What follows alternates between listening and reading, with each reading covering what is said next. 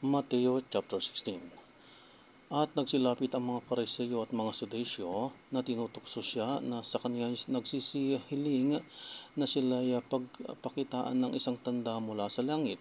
Datapot siya sumagot at sa kanila sinabi, sa kinahapunan ay sinasabi nyo, bubuti ang panahon sapagkat ang langit ay mapula, at sa umaga ngayon uuno sapagkat maputla or mapula at makulimlim ang langit. Kayo'y marurunong magsikilala ng anumang tanda sa langit, datapwat hindi ninyo makikilala ang mga tanda ng panahon. Ang isang lahing masama ay mapangalunya o humahanap ng tanda at hindi siya bibigyan ng anumang tanda, kundi ng tanda ni Jonas na siya'y iniwan niya at yumaon. At nagsidating ang mga alagad na sa kabilang ibayo at nangakalimot na magdala ng tinapay, at sinabi sa kanya ni Jesus, kayo'y mag-ingat at magsipag-ilag sa libadura ng mga Pariseo at mga Saduceo. At sila'y nangagkatwiranan sa kanilang sarili na nagsasabi, hindi tayo nangagkabaon ng tinapay. At nang matalastas ni Jesus na sinasabi, o kayong kakaunti ang pananampalataya, bakit kayo nangagbubulay-bulayan sa inyong mga sarili sapagkat wala kayong tinapay? Hindi pa baga ninyo natatalastas at hindi ninyo naaalala ang 5 tinapay na 5 lalaki o 5,000 lalaki, at kung ilang bakol ang inyong naligpit? Niyaong 7 tinapay na 4,000 lalaki, at kung ilang bakol ang iyong nailigpit? Ano't hindi ninyo napag-uunawa na hindi ang sinasabi ko sa inyo'y tungkol sa tinapay?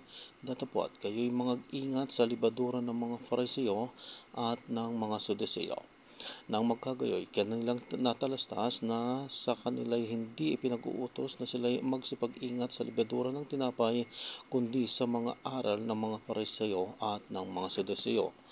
Nang dumating na si Jesus sa mga sakop ng Cesarea ni Filipo, ay itinanong niya sa kanyang mga alagad na sinasabi, ano baga ang sabi ng mga tao kung sino ang anak ng tao? At kanilang sinabi, anang ilan si Juan Bautista, anang ilan si Elias, at ang iba si Jeremias o isa sa mga propeta. Kanyang sinabi sa kanila, datapwat ano ang sabi ninyo kung sino ako?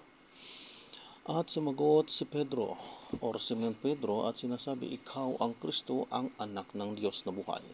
At sumagot si Jesus at sa kanya sinabi, mapalad ka, Simon Bar-Jonas, sapagkat hindi ipinahayag sa iyo ito ng laman at ng dugo, kundi ng aking Ama na nasa langit. At sinasabi ko naman sa iyo na ikaw ay Pedro, at sa ibabaw ng batong ito ay itatayo ko ang aking iglesia. At ang mga pintuan ng Hades ay hindi magsisipagnaig laban sa kanya. Ibibigay ko sa iyo ang mga susi ng kaharian ng langit, at anumang iyong talian sa lupa ay tatalian sa langit, at anumang iyong kalagan sa lupa ay kakalagan sa langit. Nang magkagayoy, ipinagbilin niya sa mga alagad na huwag sabihin kanino man na siya ang Kristo. Mula ng panahong yaoy, nagpasimulang ipinakilala ni Jesus sa kanyang mga alagad na kinakailangang siya'y pumaroon sa Jerusalem at magbata ng maraming bagay sa matatanda at sa mga pangulong saserdote at sa mga eskriba, at siya'y papatayin at muling ibabangon sa 3 araw. At isinama siya ni Pedro at nagpasimulang siya'y pinagwikaan na nagsasabi, Panginoon, malayo ito sa iyo. Kailanman ay hindi mangyayari ito sa iyo. Datapwat, lumingon siya at sinasabi kay Pedro, lumagay ka sa likuran ko, Satanas. Ikaw ay tisod sa akin, sapagkat hindi mo pinag-iisip ang mga bagay ng Diyos, kundi ang mga bagay ng tao. Nang magkagayoy, sinabi ni Jesus sa kanyang mga alagad, kung ang sinumang tao ay ibig sumunod sa akin, ay tumanggi sa kanyang sarili, at pasanin ang kanyang krus at sumunod sa akin, sapagkat ang sinumang mag-ibig iligtas ang kanyang buhay ay mawawalan nito, at ang sinumang mawalan ng kanyang buhay dahil sa akin ay makakasumpong niyaon. Sapagkat ano ang pakikinabangin ng tao kung makamtan niya ang buong sanglibutan at mawawalan siya ng kanyang buhay? O ano ang ibibigay ng tao sa nakatumbas sa kanyang buhay?